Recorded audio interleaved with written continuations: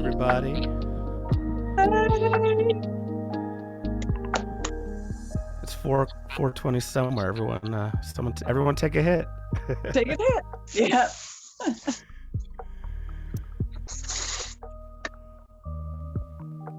Here we are. Hey, Drew. Hey Christine. Hey Tiffany. Hey Alicia. Welcome everybody. How are you guys doing this evening? I'm doing pretty great. I'm liking this new 7:00 ZoomSesh time. I think that's I think it's a better time, and as people more and more will join us here in the session as we get going. But It's if you're true. joining us in Facebook land, if you want to be part of the Zoom session, join the TRUCE community. We have the link to our Zoom call in there. We have to keep it private because unfortunately when we put it public, we get some trolls and some people up to no good. So we'll just deny them the opportunity by not giving them the link. So, Or at least the attempt to. Sometimes people Right. are looking for a platform. Yeah. Wow. So lots to talk about tonight. And God, a lot of things have gone on for the past little while, haven't they? I mean, we just got done with the session that first week in Finally. March, and people are sort of recovering from that. There's a lot of anger and angst still out there, as there tends to be at the end of the session. A lot of people put a lot of hard work into legislation and developing those bills throughout the year during interim. So it will be interesting to see how some of that shakes out. I know that some of the policy groups are going to be holding events that will talk about, what's going on for after the session. Be on the lookout for that. If you're interested in that, you can go to the Ag Department and the Health Department websites to catch any updates there or attend their monthly meetings. They'll definitely be advising the public and the community on what's going to be changing. But wow, also in the session, some weird stuff happened that I know that you want to talk about. Which parts? Which one? The one that was the fraudulent stuff that the Ag Department had to put a notice out, and then we'll talk a little bit later about the, product quality is still a problem here in our state and probably across the country. But we got to start talking about some of this and ways to help combat it and help our agencies as well as our industry improve there. So, but first, let's talk about that fraud going on. One of our patient community advocates posted it in our page, and I went digging stuff up, and you found stuff too. So I wanted to give you the floor to talk about it. Well, me talk about it or you? Well, you, me, we can. I mean, let's just talk about. Yeah, let's just run it together. So, hi. So the Utah Department of Agriculture put out a statement on a potential cannabis program scam. Big Beard Obroth, Brian Forsyth, issued a statement about the potential cannabis program scams. And it's been brought to their attention that a scam or potential multiple scams are being shared throughout the state, making false claims that individuals may be eligible to open their own cannabis dispensary. We want to clarify, the Utah Medical Cannabis Program does not allow for cannabis dispensaries outside of the allowed licensed pharmacies, outside their cartel. They don't allow anything outside that. Any others stating that individuals that can have their own dispensaries are false and considered scams. We urge the public not to call any of the numbers or visit the website associated with these scams that are making their way through the state. If an individual comes across any materials, they can contact the Utah Department of Agriculture and Food Medical Cannabis Division at their email address, cannabisutah.gov. So here's what these little mailers look like. I first just need to say, I mean, when you have a state-run cartel, all it does is invite fraud. You have a closed system, but we live in a capitalist society. Everyone and their dog would love to get in on a dispensary and start selling marijuana, but Utah doesn't want that. They got their, what are we, 14 now? 13? We have what? Dispensaries? We have 15 now. We have 15 dispensaries. Yep. 15. And some of those are owned by the same people. So it's not we don't have 15 different Different owners license, of, correct. yeah. So we have 15 dispensaries. I believe, Right. what is it, 8 owners? Anyways, Something like a that. very, you can count it on one hand type scenario. This is a cartel. So it's a very closed, anti-capitalistic system. And so everyone's going to be looking for their way in on the grift. And all that Right. does is invite scammers. It's like, yeah, prohibition. All it does is create a black market. It's ridiculous, but yet here we are. So we now have It, scams that we're letting you know. No, you yeah. can't get your dispensary, not unless you pay your, $500,000 bond and get your licensing and all that stuff. But hey, there's already a waiting list for that. So, but Yeah. you have a different theory, Christine. I I, think this is just a scam to, get the easy marks to, yes, you can get the license. So all we need is your social security number, your bank right. account, wire us this, and we'll get you started on your own dispensary. I Yeah. think they're looking for the easy mark, but you have a different theory. So go ahead. I do. And I sprung it on you right before we got online because I am that type that's when you tell me not to do something, I sure as hell am going to do it. So I went to the website and was poking around and it's only for people who have been convicted of a crime. You have to have a record, a felony. And I found that highly suspicious. And it reminded me of a sting operation that they've done like this before, where they offer a prize for a very select market. And that in itself is a red flag. Yeah. The phone number on this front side of this postcard that you have up on the screen, that area code is familiar to us here in Utah. That's a Utah number. You go to the website and it is an Idaho area code.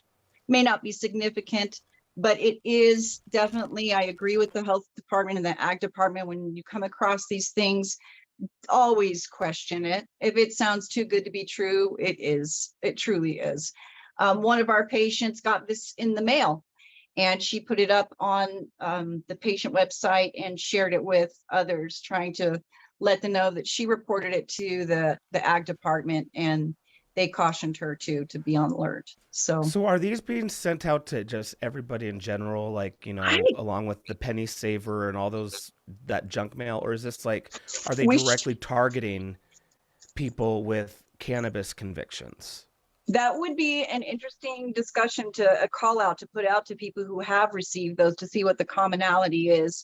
My concern, honestly, with this was that they somehow got a hold of our patient information and that they're Yeah. going through a patient list and handing out, that kind of stuff. Because that is a real thing when you have a database like we have here in Utah. Um, Databases are sold. That's just like Drew, not you and I have had this discussion offline. That is gold, right? And Yeah. if people are doing that, I'm really concerned. I'm concerned about what's actually happening for Well, not people and just sold, patients, but a database is a target. Yes. It's a Yeah, honeypot. Hey, let's have a exactly. database with everyone's private information like that. Just asking to be hacked. And It's true. I've been an opponent of Utah's mass database from the very beginning. I mean, this was Right. back when we were, what was it, Senate Bill 73, even before it was Prop 2. Um, Hmm. we were talking about the database. Yeah. Excuse me. But any database that exists is a database that can be hacked, and we all know nothing is secure. Even the Exactly. most extreme multi-billion-dollar corporations with $100 million internet security packages and IT teams of hundreds of people, they still get hacked.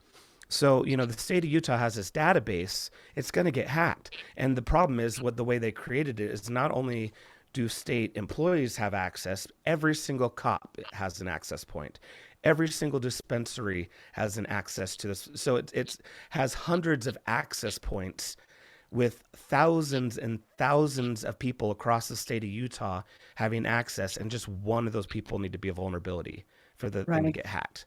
And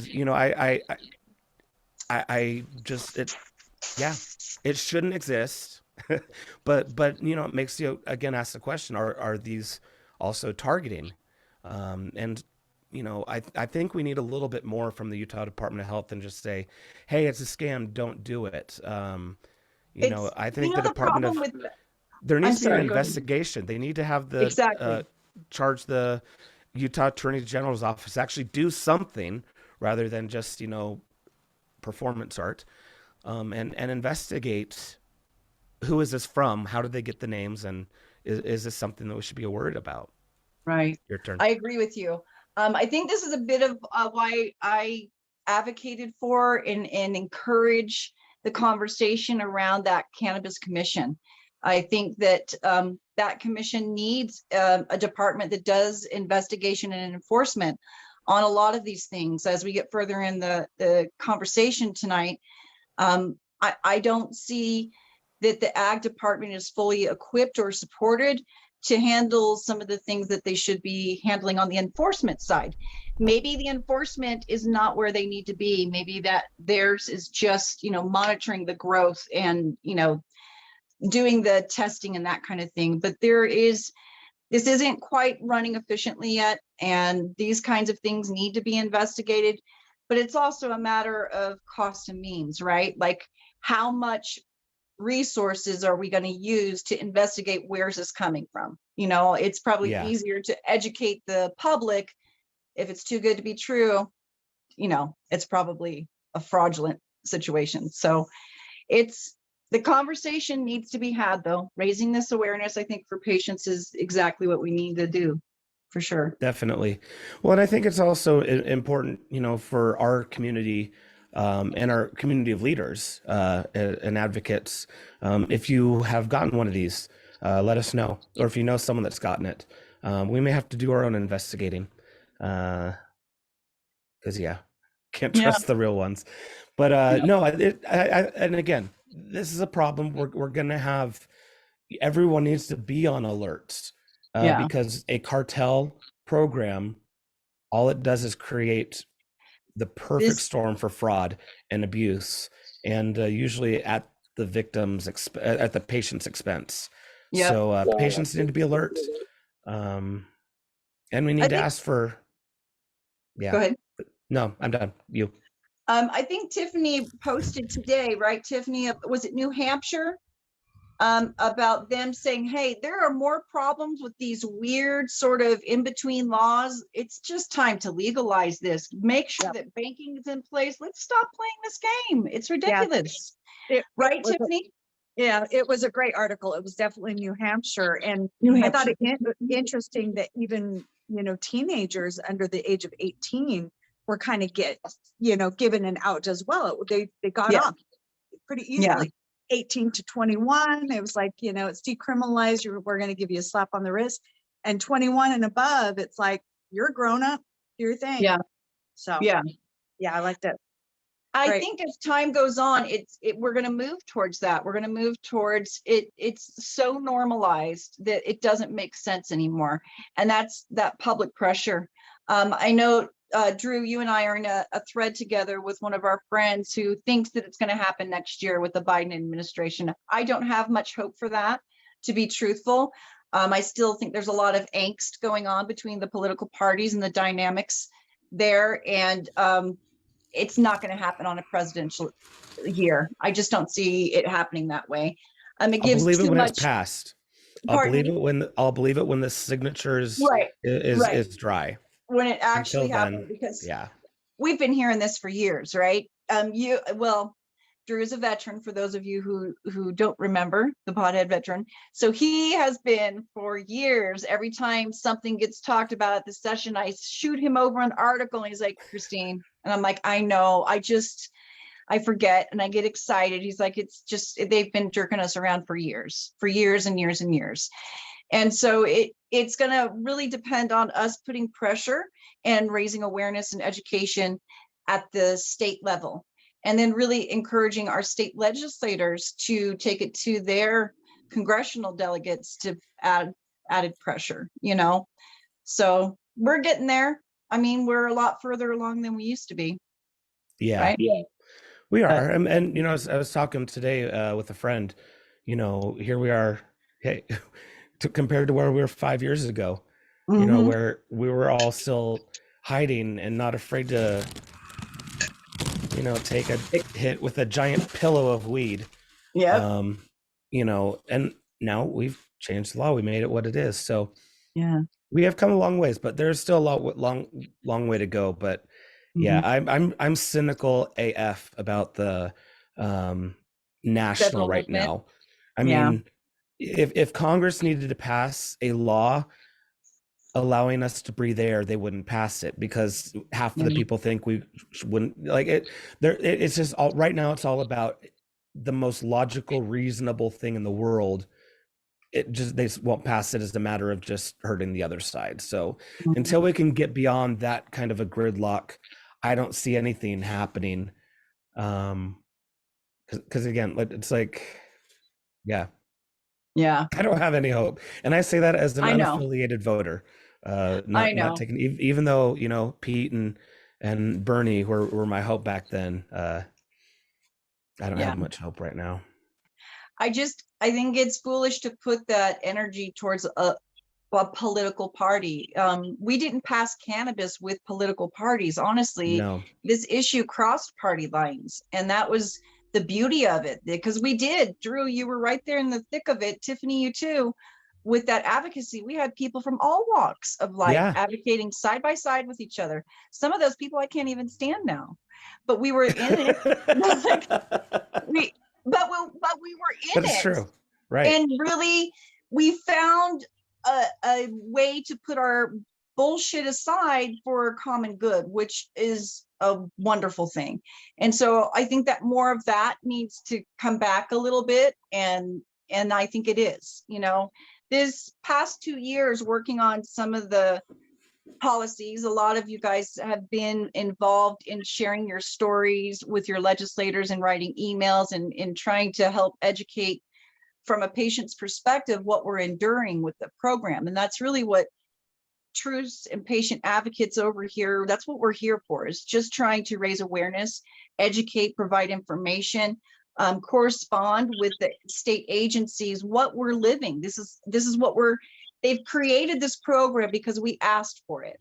And now if we're suffering because it's not working, there's a feedback loop that we're trying to help encourage and create. And so tonight, you know, with this fraudulent thing, we did have people who wrote into the state and said, hey, is this real? We have another issue that came up that I wanted you to share. That's about our product quality here in the state. And I know the recall one. Yes, potential. Yeah. And I know a few of you patients on with us tonight, and I hope you won't mind sharing your experiences. Hi, Nicole. Welcome. Thanks for joining us. Hi. Share your experience with us on what you experienced with product quality as we get further in the topic tonight. But yeah, Drew, go ahead if you want to share that. There it is. Yeah, so this was shared this morning in the Utah Medical Cannabis community group.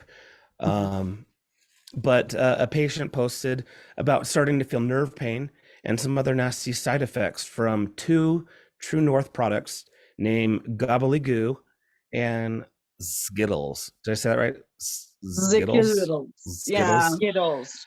Yeah.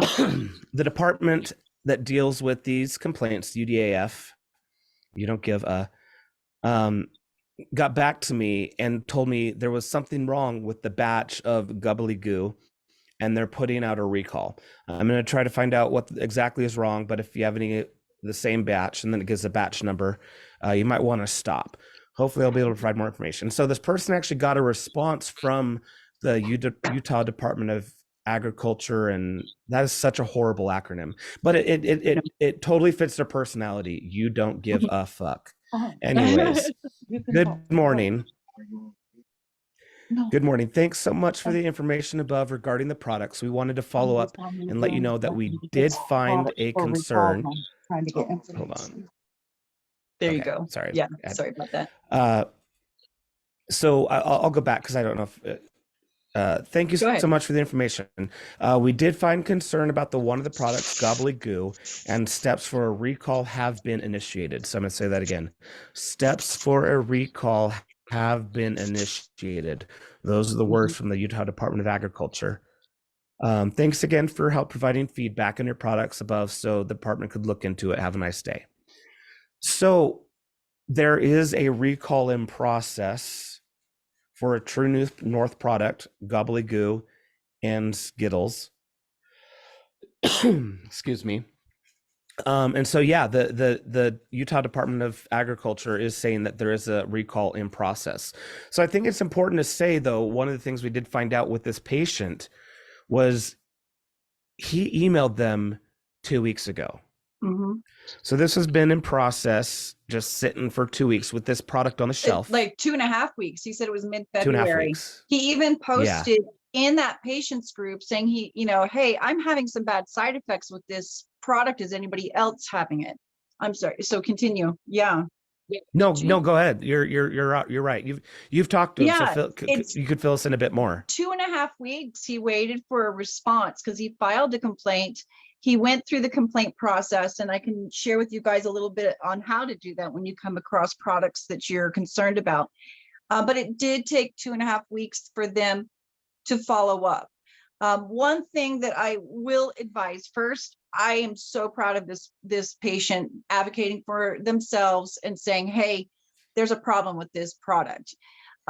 He did tell me that they were very quick to help and try to remedy the situation. He felt like that was because his mother was threatening to go public with this particular situation.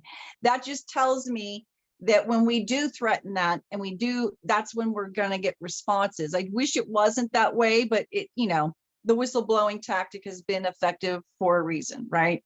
So what I would like us to try to do is be working in a way that's helpful, because my worry is if we come at them too aggressively towards the agencies, they're going to start ignoring patients. But it sounded like, this patient is getting some response. I'm not sure what that is. I followed up with an email I think I emailed the health department and in my error. So I need to really file the complaint with the ag department. That's who is in charge of product quality. So if you go into the beard is always in charge. Beard. And for those that don't know, Brandon, the head of the Department of Ag, has a really, really nice beard. It's like, go chop some wood. Drew has a beard crush. Oh yeah, I'm not ashamed to admit it. Okay. Drew, Christine. Yes. Christine. Yes. Can I Nicole. jump in here for just a quick second, because my battery's going to die and I've got to lay down. I'm not feeling very good today. But I did want to jump on because of the subjects that we're talking about, especially with that recalled. Christine, now I know I'm not confused about this, that the 6A, 10A, because of the SB 90 passing, I have now emailed the Department of Agricultural 3 or 4 times now, and I still have not received a response from them as to when that goes into effect, because it was my understanding that that was going to eliminate at least the 6A, 10A from the market. But I do want to let you know, apparently nothing has happened there. I went into the flower shop again this last week with Fernando and I, and we were, obviously I'm looking for the non-synthetic products. So I asked about the True North Organics edibles again, because I'm waiting to see, do they clean up their mess? And we're going to get edibles that don't contain that. And I will tell you, they are still on the shelf. So products like from Flower Shop has some Wholesome Co products. And then of course, almost every True North Organic product has the 6A, 10A. So I asked to see a canister from a recent batch, and it still has the 6A, 10A. So I don't know when this law is still going into effect. And I did look at the Skittles because I did buy some vape carts. And so I wanted to see, have they gotten this stuff off of their product? And I think what's causing that problem still is the 6A, 10A in those vape carts from True North Organics, because I'm still seeing it there. And with my doctor of doing the testing with the synthetic versus the non-synthetic, I was willing to test myself with my doctor on board of what we were doing to see how it affects. And I do know that when you have that 6A, 10A, if you have nerve pain, it is increased exponentially. when Oh, those yeah. synthetics are engaged. So that may be what was in his product. But that Could is be. very concerning to me that Very. that it's still there and we're weeks past this bill. And it's my understanding the governor has already signed it. Where's the effective date and when are they pulling those products? And I can't seem to get an answer. So It's if going I to take remember, public pressure, to be very honest, Nicole, and thank you so yeah. much for sharing that. Like, I truly appreciate it when you do your advocacy. Your voice is very effective in sharing your personal experience. Sorry, Drew, go ahead. What were you going to say? No, I was gonna say, so yeah, if I remember the language of the bill, the bill doesn't prohibit those things. It gives the Department of Health and Department of Ag the ability to ban them, correct? That is So absolutely correct. That's what the language stated. So yeah, we have to provide, and we have provided with them subject matter experts who said that these degradants should not be in patient products. And we may have to, as a patient community, push back and raise awareness again. I can pull those letters back out, and we may have to send in a letter campaign, where we all yeah, independently are reaching out and saying, hey, we need some answers on this. Patients are getting sick. That patient we added to our patient advocacy group so we can have his voice in part of this effort too. Nicole, will you keep me informed? Shoot me a text if you get some feedback or if you need some help on any of that. Or an answer or something, because I mean, Something. the fact that I had called the ag and had spoke to Cody and let him know, I'm not the only patient who's called them and said, listen, I'm having real reactions on this 6A, 10A. I can't Yeah. believe that they're still allowing this. It's, if you actually go in and you look at those products too, Christine, like you're sitting here telling patients in the menu, when you go into look at like flower shops, it's in a paper menu in a binder. It doesn't Yeah. show anything about those cannabinoids being in there. And I'm seeing them where they're saying, hey, we've got a THC content of 82%.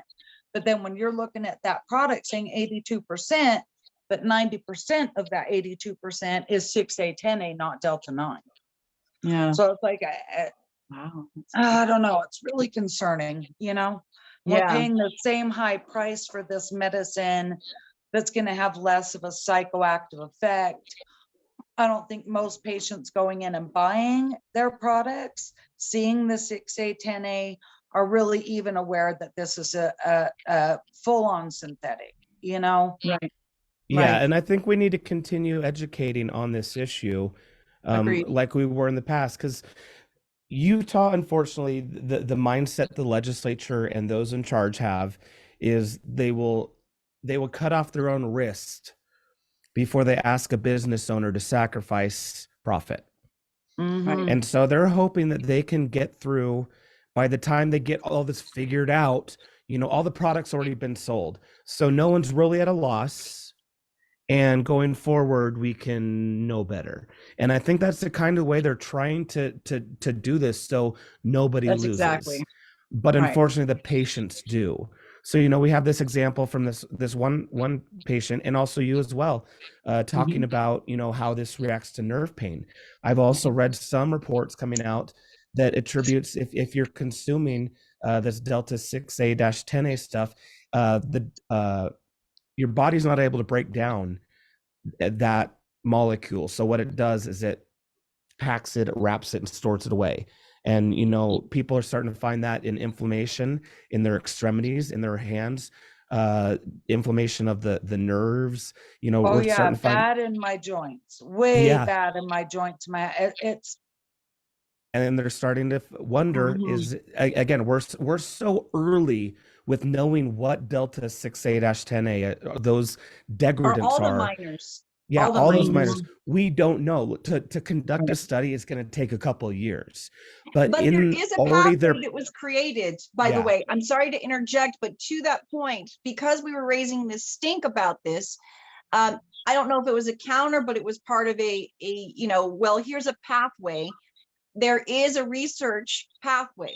So if some of these synthetic companies, the Delta analog companies, if they really believe in their product and their process and they feel like it's clean, they have a pathway to set up to get that research done to show that their process is clean. But Until they're then, impatient. That takes you're gonna- time. yeah, yeah, That takes time, and they're impatient.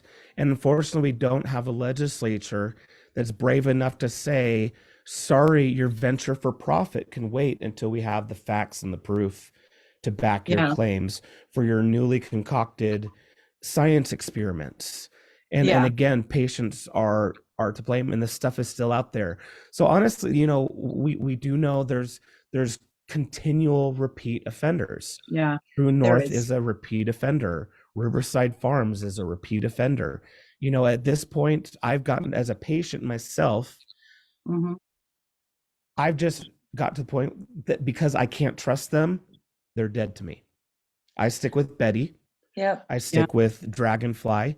I How do stick you with like the Heal Betty, You. Drew? Is that pretty? Because I've I- heard even Zach, everybody loves the Betty. I haven't tried that yet, but I'm, you know, for me, it's been really hard because I can't just go to the other pharmacies and I'm far up north, so they don't all deliver to me. Or But I've had a even hard worse, time getting the products. for Yeah. Nicole's point, because she reached out to me and said, I was using, you know, some stuff from Dragonfly. I really liked it, but I keep going back to the flower shop and they're not carrying it. And so I did some investigating to find out what was going on with that. And from my understanding, this is common, it's across the board. And this is why Drew and I keep calling this a cartel for those listening. They put a limit on how much they will let other products into their dispensary. They will push their own dispensary products, their own company products first, and they won't allow more outside brands in. So they limit how much that they will push in a month from one company or another or anything else. And they do play favorites because it is their own business. They get to allow who they want in their store and what products on their shelves. The reason why this is bad for patients, well, they're acting like a free market. They get to pick and choose who they want to do business with, but patients don't get that luxury. Like Nicole just stated, she lives up north. Yeah.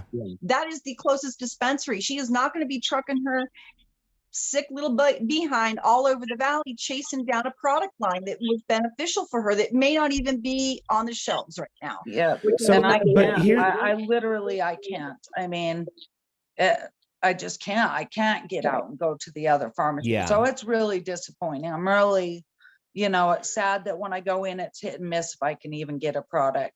I'm going to have to hop off, but Christine, Thank you, can hon. you call me Sure. sometime in the next week or two? I noticed that when we're online, you have this bag thing that you're vaping out of. And that is one of the, like, Zach was so nice to teach me how to dry herb vaporize through a water pipe. Yes. But I find it really complicated with an e-nail. It's just too hard. There's too much machinery and it's just, I get flustered real easily. But I've been seeing I you love do that, and I have questions yeah. about that method. I think love that we will do idea, what? Christine. Next week, let's do a conversation on consumption methods, because I use yeah, Could do you modalities. show us your method? Let's talk about Christine? I that. really would like to see Mhm. how it's done and how you fill the bag and see if I feel like that would be something that's not going to Sure. fluster me as much. yeah, no, it's super Absolutely. easy. We'll do that. It's going to be great. So thank you Cool. so much, Nicole. I really Thank you, appreciate it. Nicole. Thank All right. you. Have a good Love night, you guys. hon. Talk to you Appreciate soon. you all. I hope you Thank all you. have a great weekend, and hopefully I'll catch in next week. If not, I'll watch it later and see how it's done. Sounds Awesome. good. Thanks. Talk to you Okay, soon. thanks Nicole. you Good guys. night, Have a Nicole. great night. Thank you. So yeah, that let's talk about consumption, because that really is a lot of people don't know. But you know, I use the air riser. You have a Volcano, correct? I do. And they're both the same thing. It's just different brands. Yeah. But yeah, we'll get into that. But I want to backtrack to what Please. we were just talking just a little bit ago, because Mhm. the degradant issue is still a continued problem. It is. And with that, you know, so we're talking about, you know, I have my preferences. I prefer Betty, Heal You, Zion's, and Dragonfly. You know, so to one, understand the market. Betty is a white label brand for Dragonfly. So it is a Dragonfly brand. So obviously it's going to be in their stores. They'll Right. want to make sure that it's in their stores. The problem we're running into, not necessarily is Dragonfly only wants to keep their stuff in their store, but Utah limits to how much Dragonfly can have. So again, that's what makes them want to, well, if we're only allowed so much, we need to hold on to what we get. So if, like right now, if you look, there's only like 2 Betty brand vape carts that are in the 1 gram that you can choose from, you know, and then there's like 2 left that are in the half gram. And, you know, so their supply's running low. So, you know, when I'm pitching my favorite brand, I almost want to say it's awful. Don't get So it, nobody everybody. goes and It's gets it. horrible. It's spicy. Like, but I can't lie. It is my favorite. I want to make sure that it's there at the store. But how do we approach that? Regulation. And we need to press the Department of Ag, who I guess is now the czar. They're taking over everything for it. But we need to open up more product. We can't have this artificial scarcity that limits, you can only have so much, and you know, it that's what's creating the backlog. So, you know, I think if, you know, brands were able to create enough, not only for themselves, but to stock the other stores, we'd have enough. I think the way other states have also approached this is that they pass and write laws that require dispensaries to not only to carry the everyone else's product as well. Again, we don't have any laws, we don't have any regulations like that. Other states have put that in place because it needs to happen. You know, we can't. Again, I know. I think what you really need to needs to impress happen people is to get along together. I think, and I have pitched this and advocated to whomever will listen to my crazy nonsense. We need a gap analysis done of our program. Each company needs a gap analysis done because there is a supply chain issue as well as a quality assurance issue. And until we investigate that, we are just shooting arrows in the dark. And it's just foolish way to conduct business. It's a foolish way to run government or any kind of department. Again, maybe I'm putting way too much hope in the Cannabis Commission, but these are some of the things that need to be tackled. If the Cannabis Commission comes together, we need to really address this. A recodification of the law needs to go in place. I'm probably speaking gibberish, but I know somebody out there is listening to what I'm saying and understands this is what needs to happen to tighten up. Like Drew, you and I have talked about this. The next step in patient advocacy is standards and regulations. That's just where we're at. Why else would we be here in the legal gray market playing with the state and all this if it wasn't for some quality reassurance and some safety protocols? And so we need to keep pushing back on that. And it's not just like this legal program. Tiffany, I hope you don't mind me bringing this up because it's not a gone problem. You experienced something with the non-licensed market, the CBD market, which is also a quality assurance concern. We just need that in place. Can you share with those who may not have caught it on previous Zooms, your experience with the legal CBD market and the quality issues that you bumped up against? Yeah. And I don't know if I should mention their name just because they did go ahead and do a voluntary recall on those products. But yeah, I mean, I had a subscription for this particular CBD because I'm really sensitive to THC, so I have to have a balance. And we don't have enough products that are safe that give me that balance I need. So I, you know, like everybody else, I'm getting lots of different things that work and putting it all together, you know. And so I had a subscription for CBD. And, you know, I got my monthly jars and didn't think anything of it. Had a particularly bad day as far as anxiety goes. So I popped 2 of those suckers. It was anxiety. It was really bad pain, you know, my shoulder, my back, just all the things. And but it's no THC. It was just CBD though, right? Okay. It was 100% CBD. And the last thing I remember, and it acted really quickly, which I thought was interesting. And the next thing I remember was my husband was waking me up and I was on the couch. I had completely passed out. He was worried about me. I wasn't answering my phone. I mean, I've been stoned before, but I've never been to the point where I was like completely unaware of what had happened to me. Maybe Right. some people have, but I never have. Right. And so Mhm. I reached out to the company because also I didn't remember walking up the stairs. My husband had to help me up the stairs. I got into bed. I woke up at 2 a.m. and thought, where am I at? What happened to me? Ooh, And goodness. I thought that I had just taken CBD. And so I reached out to the company and I told them, and they argued with me. They told me that my receptors were too open and I needed to eat food with it next time and only take one. And so, of course, I argued with them through email. And at one point through the email exchange, I actually threatened to have the product tested myself because my my suspicion was they had recently started to produce Delta 8 products. Prior to this, they didn't have any Delta 8 products the last time I received my subscription. Okay. Now, all of a sudden, I get this brand new jar. They're suddenly selling Delta 8, and I take 2 of them and I'm passed out on my couch. And so it was when I threatened to have the product tested myself that they started to backpedal. They were offering me free merch. They were calling me on the phone. And at that point, I just stopped answering them completely.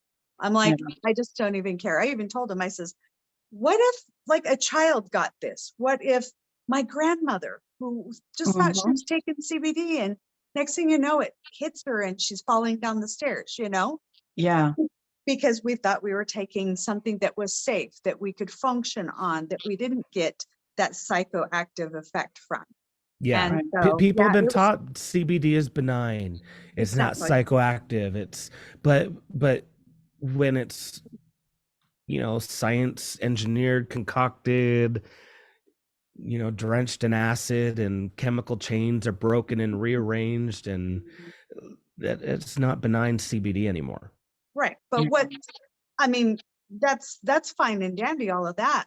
But when you're unaware of what is in the product, like I ordered CBD, the jar said CBD. Right. It said it contained no THC. But yeah, I get instead a product that is, it's like 100% Delta 8 is not accurate, but you guys know what I mean. Yeah. There's nothing else in it but Delta 8. Right. So that was the part that was scary and very, very concerning. And once you're a very savvy and educated consumer. And so I think when you pushed back and said, no, this is a boundary, this is not going to fly. It's interesting that they responded differently. Same thing with that other patient who reported that particular situation. Also, some of these others who have reported things. I've seen just, 1 or 2 here and there who were dismissed at first. And then once they reached out to me and we kind of armed them with information and courage, saying you can do this, they were able to get a little more response from them. I think it's there is human error in things. And we're not here to try to figure out if that company was being malicious or anything else, but you did say earlier that they did do a recall. Is that correct? A self-imposed recall, right? They did a voluntary recall of that particular batch of CBD products. And that's good. And that's really probably because of you raising awareness and saying, hey, what if this happened to a child or my grandmother? And hopefully I'm not the only one that contacted them. Right. And considering additional information that I've learned about the company, that's, I can't 100% confirm. I wish that I had gone to the Department of Health.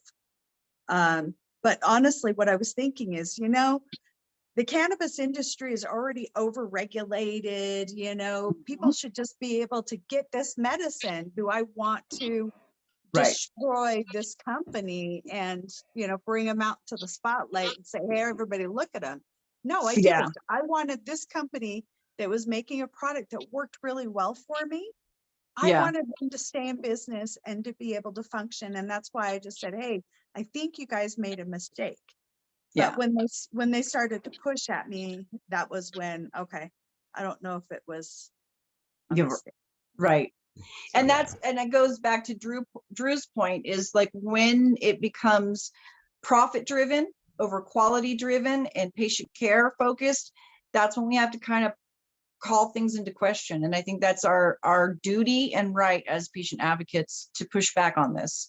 I wanted to go over exactly what you hit on a few points, and I wanted to share this with patients because I know I see a lot of complaining. I go through the cannabis Reddits and a lot of the social medias, just combing and reading patients' remarks and comments about different products, things they like, things they don't like. And far oftentimes than not, I see the complaints happening there. And it never translates because they do read out at these department meetings, especially at the quarterly reports and end of year reports, how many complaints were filed and how many were resolved. And when I saw how low the number was in comparison to what I'm seeing out in the space, and then knowing on top of that, there's a lot of people who would never identify themselves by even complaining. They just keep it. And they don't want anybody to know that they're consuming cannabis, let alone start a complaint anywhere. So it was starting to frustrate me because I was seeing the disconnect. The agencies are just looking at me like I'm an instigator, like I've got some ego that's driving this, and I just got nothing else effing to do but bitch about cannabis all day. And Look at Christine there being a mover and a shaker and stuff. but it's not. I see that there are patients who are concerned, and that's some of the stuff I want to talk about. Is there is a fear of retaliation. Exposing yourself as somebody who's a consumer has been the number one fear from the moment Drew and I met and we're advocating about this. Having our names, having your person identified, you make yourself a target. It's people who like you and people who want to stalk you. It's like the gamut. It's the whole spectrum. Well, then we have players in the industry, again, I'm not going to name names, but I can, as advocates, we interface with the industry at multiple levels, all the different dispensaries, all the different people. It's one of the great benefits that it's been educational for me. I love it. And I'm going to continue with those relationships. But with every single damn one of them, they tell us they are afraid to speak up with some serious shady shit. Yes. But they can't say anything because their entire livelihood, millions of dollars, is on the line with one person in the state. If he decides, well, I'm going to stick it to them, they can seriously fuck them up. Pardon my expression, but that's just how it is. And so, they talk to us, say, we rely on you patients and patient advocates to push some of this through because, again, we have a cartel. It's an industry run by fear and control and domination. And, we're like the only free agents that, because we're not part of any trade association. We are free agents. But I think we're here to help with that. Patients feel like they lack knowledge. A lot of this, like Nicole, has become a very educated patient about this 6A, 10A. When she first heard about it, she went into her little, fields, her connections to find out, learn more so that she could help relay that information on. So that's another reason why patients don't speak up about these things. Whereas Tiffany, she had more knowledge. She knew enough. She knew her body and she trusted her experience first. I think that's the number one thing patients need to do is trust yourself. So often, especially in the medical arena, and from the moment we are born, we are told to give our autonomy up of our body to the medical complex. Your doctor knows better than you are. I need patients to own that back. Take that back. Tiffany knew damn well something was not right. Something did not happen correctly. And she was not going to let this person in an email gaslight her and saying, oh, you just have open receptors and nonsense. She's like, no, I know myself and I know this is what's happened. I should have told her, oh, so you're telling me I took a tolerance break recently? Because that's the only reason the receptors would be more open than normal. Yeah, they're not overloaded I anymore. didn't take a tolerance break, so. Right. But that was an important part. So when patients engage in this, trust what your body is telling you. I think that's important. And then seek out knowledge, find communities like ours and others who are really talking about this issue and educate yourself. Because once you kind of dissolve that lack of knowledge fear, you become empowered because now you have something to stand on. And another reason patients have a really hard time with this is the process is so complex. This law and the rules and how everything fits together is not an easy read. And it doesn't happen in one afternoon. You have to really figure out how to navigate this program. And that's really, truly intimidating. And that's another reason why patients feel nervous about saying anything. And so again, I'm kind of running through some of the reasons why patients are fearful of sharing and reporting and filing complaints. But I'm hoping that through our lived experience together as advocates, we can support each other. Another big belief I keep seeing in the threads, people say it doesn't matter if you report, nothing's going to change. And I understand that sentiment so well. If I didn't just watch us move some legislation needles this past session, patients have been showing up to these monthly meetings with the health department and the ag department. They're open to the public. We're allowed to listen in. We're allowed to give public comment and provide education materials to these state agencies. They heard, so did the legislators. They're trying to clean up the program. It's not the nothing. We want none of this garbage. They're doing this little kind of incremental steps, kind of bargaining with the companies and with the patients on the other end. We need to keep kind of crushing that barrier a little bit, you know? Yeah. So- I want to, with that kind of, I want to throw out to Angie's Sure. comment coming back from a couple minutes ago, that with the Delta 8 stuff being available on the corner shops, that kids can so easily get that from local smoke shops. It's crazy. The radio commercial, barely legal, makes me so mad. And I definitely agree, Angie. So thank you for that. That's true. Yeah. That stuff that's doesn't belong. That doesn't belong in the corner stuff. That it belongs. Well, Delta 8 doesn't. It should be regulated. The worst part is it's not even on the corner. It's in our malls.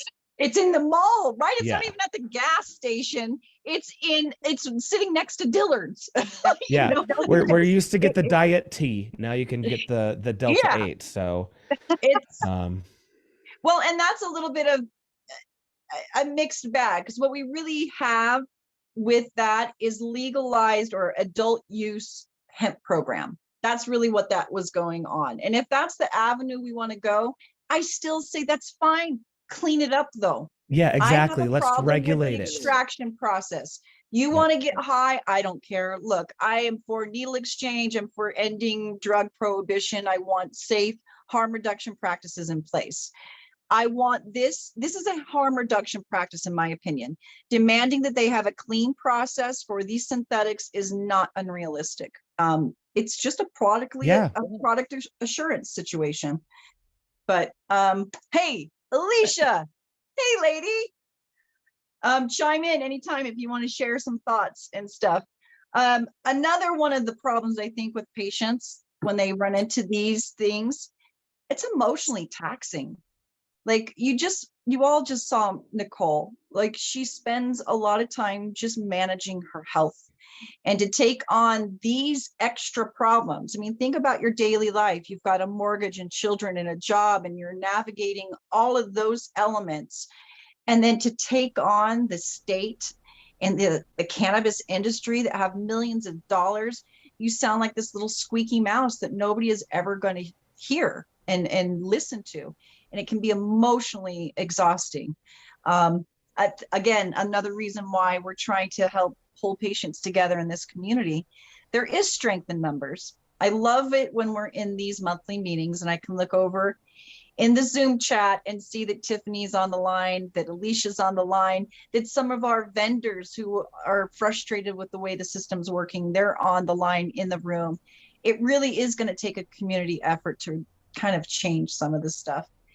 And then just one or two last things. I know people, like we were just talking about brand loyalty. We find a brand that we like and we become very loyal. We develop a relationship. You know, I have to say, I have a fondness for Nerith at Dragonfly. I think he is a phenomenal human being and he has been incredibly compassionate and sharing. Drew, he was so great in sharing with us the real, true experience of being a business owner and being a COO and trying to run the operations here and the complexity of not truly being recognized as a legitimate industry and walking that gray area between legal and navigating that without the protection. So I understand the desire to be loyal to a brand. I had a friend, one of the dispensaries here, again, won't name names, who I really like a lot. And it was really challenging for me because there came a point in time where they were advertising some false lab reports. And I had to decide, am I this person's friend or am I going to be loyal to what I know to be true in my advocacy space? And so giving them an opportunity to address it and not getting a response, I went public with these false lab reports. And a lot of you patients might remember when TRUCE was involved in making sure that testing was done and showing that the lab results were not correct. That brand loyalty, when you decide to hold to your principles instead of the brand, you may lose favorship. You know, like I don't have any affiliations with that brand anymore, and I don't talk about that brand anymore because they chose a false narrative of false reports to sell more product than just being true and honest and trying to rectify it as quickly as possible. So I get that can be a barrier for people when it comes to reporting. Well, you know, there's a saying, you know, one of the true elements of friendship is also being able to tell your friend when they're wrong. And you know, in a lot of these relationships that we have, you know, we do have friends in the industry that we're still friends with that, you know, have been able to accept that criticism and they've made themselves better. They've made their products better and they've become allies. So, you know, I think it's always never being afraid to tell someone, hey, you can do better. Right. Exactly. Hey, Alicia, you wanted to add a comment, hun? Go ahead. Okay, so this morning I had this horrible flare-up. And I found out it's called Raynaud's syndrome. Oh. And I've had it like slightly here and there on my fingertips and like say my toes every once in a while when I get too cold. But this morning both my feet, like my whole feet to my ankle, like both of them, and both of my hands to my wrists were completely white. I couldn't feel them. They were totally numb and I freaked the hell out. I didn't know. I was like, oh my God, I'm going to lose my feet and my hands. Like I was panicking. I hopped in the bath. I had a horrible fever. Like this crazy thing happened this morning. And, you know, the only thing that helped? Yes. This freaking balm, this THC, it's a THC CBD balm that I don't even know where I got it from. But oh man, it is like my lifesaver. So if anybody ever has any issues like that, this stuff takes it away. Yeah, my sister-in-law it makes all the blood flow come back and everything. It's fantastic stuff. My sister-in-law deals with that as well, and yeah, it's a great thing for her. So. Oh, yeah, it is uncomfortable. It is painful and uncomfortable. It's like one of the weirdest things I've ever felt in my life. Definitely. So, well, thank you for sharing that. Thank you for sharing that. I share that, you know, why not? It's another thing that I've learned this morning that cannabis helps. It's something that people struggle with every day, and cannabis helps, you know. Amazing. Yep. Can I get an amen? Yeah. So one last point I wanted to make on why patients don't tend to report. There is a culture and language barrier. And it's not just English as a second language type of scenario. There, especially for us patients here in Utah, there's a cultural dominance by a particular faith, and if you're not of that practice, a lot of patients don't feel like they get heard, that they're judged, and there's this. So there are some cultural barriers. So we listed a few items just now on why patients are maybe a little reluctant to report some of these incidents. And I just wanted to wrap it up to say how important it is. We know that these issues come up. We know that the insecurities are there, the lack of knowledge. But we're here. If you're afraid to do the reporting yourself, please reach out to TRUCE. Drew and I don't mind popping off. We don't mind.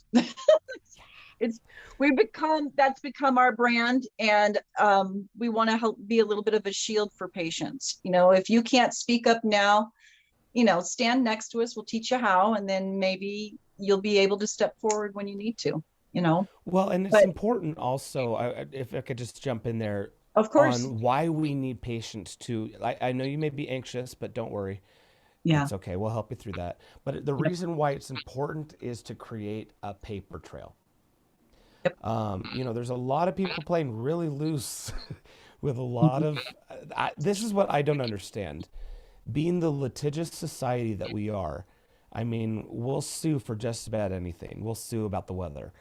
So being like, again, you can't walk into an amusement park with Pat without, automatically accepting the terms of services that waive all these things. Like, that's just the society we are. So we have the state program, the state cartel that's completely managed and controlled by multiple agencies of the state who are aware of these contaminants and degradants. And when you're reporting, that's becoming a matter of the record. And I'm telling you, 5 years from now, 10 years from now, when we find out, patients that have had to undergo, $100,000 surgeries due to these things, you're going to be able to come back. And the state of Utah, there's a big thing in these circles. It's called liability. Yeah. And, they're playing so loose with all of this. I personally have my theories on who's going to be liable. Initials are RO. But the head of these state agencies that have been aware, have been told, have been emailed by experts who have said this stuff does not belong on the shelves. And all that stuff's dated. All that stuff's timed. And when it comes back around, the lawyers are going to love that. So make a paper trail, if only for your benefit. If you've ever smoked this stuff, make sure you put it into the public record with the Utah Department of Health, that you were sold these contaminants, you consumed these contaminants. This is what it made you feel when you had it. And guess what? You'll get your payday 10, 15 years later. That's my prediction. That's my prediction of the future. But this is the society we live in. You cannot watch a single commercial segment without one of those lawyer ads like, did you take this? Well, you may be entitled to a payoff. We're now finding out if your mother took Tylenol when you were in vitro and you have autism, you may be subject to a payout.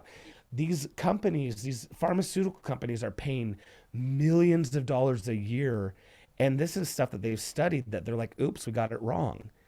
Well, this is why I think we're in a situation that's it's a little more detrimental, is because kind of the stuff you're outlining is there are protections with legitimate industry like pharmaceutical. There's liability, and they have all this insurance that they can take out. In the cannabis space, we ain't playing with the same rules. We don't have the same protections, and nor do those companies. And honestly, the state is taking a stance of like, hey, we're not in trouble for this. This is federally illegal. We're just like, all of this is, Wild West here, man. But they're the cartel. They're putting their hands like, oh, I don't know what's going. But they're like secretly in the back room controlling to the gram of what can be I know. sold, and to the exact point of what the font can be on your packaging. Like that's It, how so that again, stuff doesn't make liability. sense. Right. The state of Utah has because they want the cartel. They've co-signed themselves along with this all. So, when 10 years from now, when the cannabis companies folded and gone bankrupt and been sold through 5 different companies, the co-signer originally is the state of Utah. So mark my words, this is their monkeys. This is their circus, and it's going to come back. I'm mixing Yeah, metaphors. I know. You're just throwing them all in there. Just throw them all in. The chickens are coming home to roost. Yeah, we got it all. All of it. Well, I look to other states. I see that Nurse Shelby joined us. Hey, lady, thanks for joining. Shelby's in Arizona, and hey, we're on daylight savings. So I'm sorry if you're just now getting on thinking it's 7. I don't know what time it is in your neck of the woods, but we're still. We on just here, turned back 7 away. here. So thanks for joining. But some of the things I wanted to talk to you about, you've got a state that's moved from medical to adult use. And so you have a market that's a little more mature than our 5-year-old market. We've only had dispensaries open up for 3 years now. So we're still on a learning curve compared to other states who have been in it a bit longer, Do you run into these quality assurance concerns? Do you see recalls in your state? How is that kind of stuff handled over there in Arizona? I really appreciate that question. So right now we are not seeing any of it controlled either. It's kind of, the same mass production is not the best production. I will keep standing by that.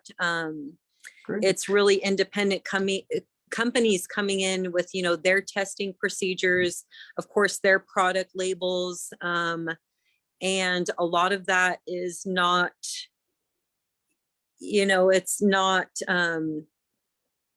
appropriate for the product that is in that package. Yeah. So we are seeing, if you go and you get a product from the dispensary and you come back and you're stating, this really didn't support, there's really no bridge on them returning your funds or allowing them to, hear your concerns of quality and things of that nature. So it's really been this market profitable stance. And I'm grateful for our conversation today. So like I was saying with even how to get dispensary spaces, ours is this open lottery. So investors are coming in with what they want as a cannabis product or a store or a location. They're putting $10,000 down just for a ticket space, and it goes into this lottery, and a lot are just wiped out, especially the small owners of their products and what they're doing. And to be honest, I've seen many home growers that have better products and quality and that are doing suitable things for consumers and community members than the dispensaries. So it's really, the small mom and pop shops, the ones that are integrating their own products and how they are making their medicine.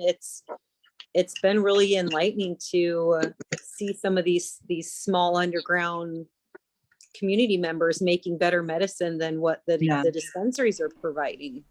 Yeah. Oh, sorry, Christine. I've just been, I've been talking about how Utah needs to open up a pathway for the mom and pop shops. One, to create more quantity. Again, how amazing would it be to have, be able to take your medicine as fudge instead of those horrible gelatinous cube-shaped monstrosities that are sometimes hard to chew because they've been sitting on the quality assurance shelf over the Department of Agriculture for 6 months. But, if we have mom and pops and again, Utah, what I don't understand is our state motto is industry. It kind of explains a lot, though, doesn't it? It does, but yet they inhibit. But imagine if Utah, because again, cannabis is going nationwide. If it's a matter of in 5 years, 8 years, 10 years, it's going nationwide. Utah is surrounded by cannabis states. Utah makes amazing confectionaries. Utah makes amazing food products. Imagine if Utah, instead of exporting alfalfa, we were exporting cannabis product. Agree. Absolutely agree. Billion-dollar industry we're talking about here that individuals can get in on. And again, it is, they need to stop treating it like it's yellow cake uranium. It's cannabis. Come on, you know. Right. It's well, and I think this goes back, Shelby, we talked about this too, is Andrew, the next step in patient advocacy really is standards and regulations. You know, Shelby, you being a nurse, we're seeing a lot more of the medical community starting to do integrative health, starting to incorporate plant medicine and holistic approaches to mind and body healing. And a lot of that is reliant on quality medicine being available if we're talking about plant medicine access. So it really is, I mean, Shelby, I don't know if you do any hospice care work or what kind of study that you were in, but we're dealing with critical patients, you know, and especially if you're talking about the plant medicine space, a lot of patients like myself had failure after failure when it came to pharmaceutical drugs. And it's where we're going to try to heal. So if we're having complications like poor Nicole, where you're having products that you're using and you're getting sick from it, you're just like, where do I go now? You know, what will wind up happening, and what I've seen here in Utah, is patients can't afford what's going on in the dispensaries, and there isn't an assurance that what they're getting in the dispensaries is what they are being promised through a legal program. They start growing at home, which really brings on a whole nother layer of complication that a patient really shouldn't have to endure. And that's really the legality of that particular act. You bring in law enforcement on top of everything else, and you're just, you know, you're complicating your life a little bit while you're trying to not complicate it. It's a bit of a catch-22. So we have a lot of work to still do. I will share with hospice and palliative care, we are seeing out here, it's really this education. You know, I've been doing registered cannabis nursing independently for the last 8 years, and so many patients and families just want comfort, and they want to acknowledge that this process is hard, and to provide their family member themselves just comfort and, you know, a peaceful transition. So we are seeing that, you know, I've been in the space of educating other nurses. There is forums that are opening up into colleges, into assisted living facilities. That's what I'm utilizing, hospice and palliative, you know, nursing specialties, because we do see that patients' family members are bringing these products to their family member. Well, how can we bridge this gap and advocate, you know, from my standpoint with my nursing degree, how am I able to give them all that quality and comfort and just say, yes, go for it? How can I assist, and how can, you know, I provide my services to allow this transition to be a peaceful process? Also, I've been educating cannabis and counseling. You know, how do we integrate ourselves with the healing process? You know, emotions, triggers that may come up for somebody, who is our support person. So that community connection makes a huge difference. And forums like this on you guys advocating and utilizing your stories and your voice, you know, like I said last time, it goes from one person to the next and to the next and to the next, and people are attentive. They pay attention. So it's really, you know, coming out to the safety nets on where we can be bridging that gap on, especially with church stance. You know, there are members that use, and it doesn't need to be, there are a lot of members that use, and there is no judgment from my end at all. I They get can it a see little how bit from their own community, I think sometimes, a lot of it, and that's ignorance, that I remember early on we had some LDS members, and they were just so nervous about sharing their experience, and people were very quiet at first, but over time they got used to it, and they became to be star advocates for their little community. But It's it becoming is normalized. It's becoming a very lot more much, normalized than it was. very Um, much. I Yeah. wish, but go go ahead. ahead, Christine. No, go ahead. I just wanted to thank Shelby again, because we are shifting, and as we're adding medical industry to our patient advocacy, that expertise is shaping the way we're moving and ending prohibition in our country. Validating it and giving it the legitimacy it needs is really, truly helpful. So I'm appreciative of the work you and the nurses are doing. I hope more nurses sign on to your program and get educated and really start taking on patients and help them through that walk. So thanks for jumping on. Sorry for the time change. I No, think it's that's foolish. okay. And thank you guys so much. Keep doing bet. what you're doing. It's just, there really is a shift, and is. acknowledging that, and the support is here. So, that's really, community effort and just bettering all our quality of life. Agreed. Thank you, Shelby. Thank you so much. What were you going to add, Drew? So a couple things. One, Christopher on Facebook says, as a veteran, I wish the VA had a program. They keep saying they're testing, but I have seen little. And again, as a fellow veteran, I have too. I've given up on the VA. I'll believe it when I can smoke it. Is kind of my motto. But in the meantime, we have made progress. I do know I'm very open about my cannabis use now with all my doctors. And I remember before we legalized it here, we were still talking in code with my doctor. Yep. So and now we can talk open. So we are making progress in that, but there's still a lot of work to do. The biggest thing for veterans, I could speak. I don't know how it is for you, Chris, but I could speak for myself. I'm on 100% permanent disability with the VA, which means I'm not able to work. I'm on a limited and fixed income that's not conducive to an inflation rate. But even with that, my monthly medicine is 60% of my disability income, and I still have to pay a mortgage. I still have to pay gas, buy food. Luckily with my husband and I, we're dink. Dual income, no kids. Right. But, with that, I have no idea how they expect that's possible, and, thankfully, again, I'll take whatever I can. Some dispensaries offer a 10% discount.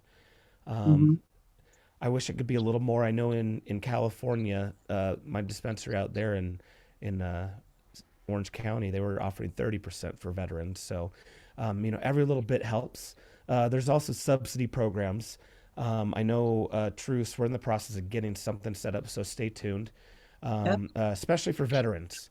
We're having a place. If you have your veteran card that says you're a veteran and whatnot, you'll automatically qualify. And I'm speaking early, but we are going to have some stuff set up to help. There's a lot in of the people future. who are wanting to address that issue, because it's across the board. I know Alicia's on a fixed income. We have a few other patients that follow us that are on limited incomes. We even have a gentleman, Zach, one of our Zachs.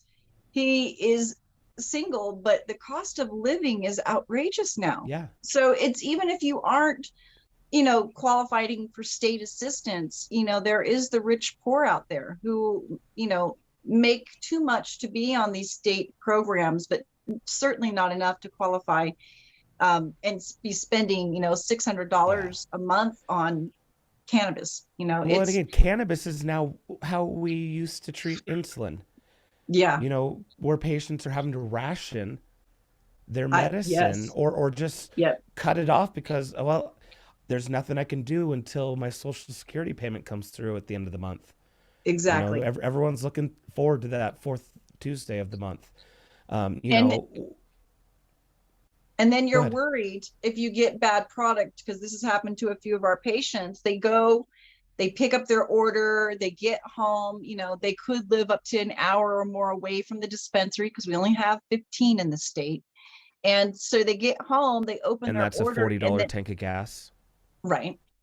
And there is a quality problem. Yeah. Now, the likelihood of them turning around an hour and driving the opposite direction and going through all the hassle of all that, it's challenging. And so we're trying our best to articulate our frustrations with the real lived experience with everyone, our own personal community, but also with the state agencies. They need to be able to go back to legislators and say, hey, this is a problem, we need to fix this. And they don't know it if we're just bitching on the threads in social media. And we gotta file those complaints. Like you mentioned earlier, Drew, Yeah. create that paper trail, be that squeaky wheel. And if you're afraid to do it, by God, me and Drew are always looking for something to bitch about. Like, tell us. I need We a project. want to know, because we want to solve the problem. We fought hard for this program. We want it to be here. We want it to thrive. We want good business practices in place and better health, you know? I don't know if we are up on the hour. I think we are then some, aren't we? Hour plus 20. Yep. Well, thank you everybody who joined us on this particular session this week. I hope you join us for next week. If you're looking to support us, make sure you go to our website, become a reoccurring donor, support me and Drew's ridiculous habit of coffee time and bitching over a bag of vape about our program, so we can bring you all this quality product here in the view of a session. Thank you guys in studio, Tiffany, I'm Shelby. gonna hop in here real quick. Yes, please. Also, we're on YouTube. If you're watching us on YouTube right now, go ahead and please subscribe. Please like this. We need to start building up our profile because we all know Facebook's dying. And we want to continue to reach as many patients as possible. So go and like our YouTube, TRUCE Utah. Give us a subscribe and a couple likes. And yeah, that's all I got. So thank you, Drew. I appreciate that. And guys, we'll see you next week. Talk to y'all later. Thank you, guys. Bye-bye.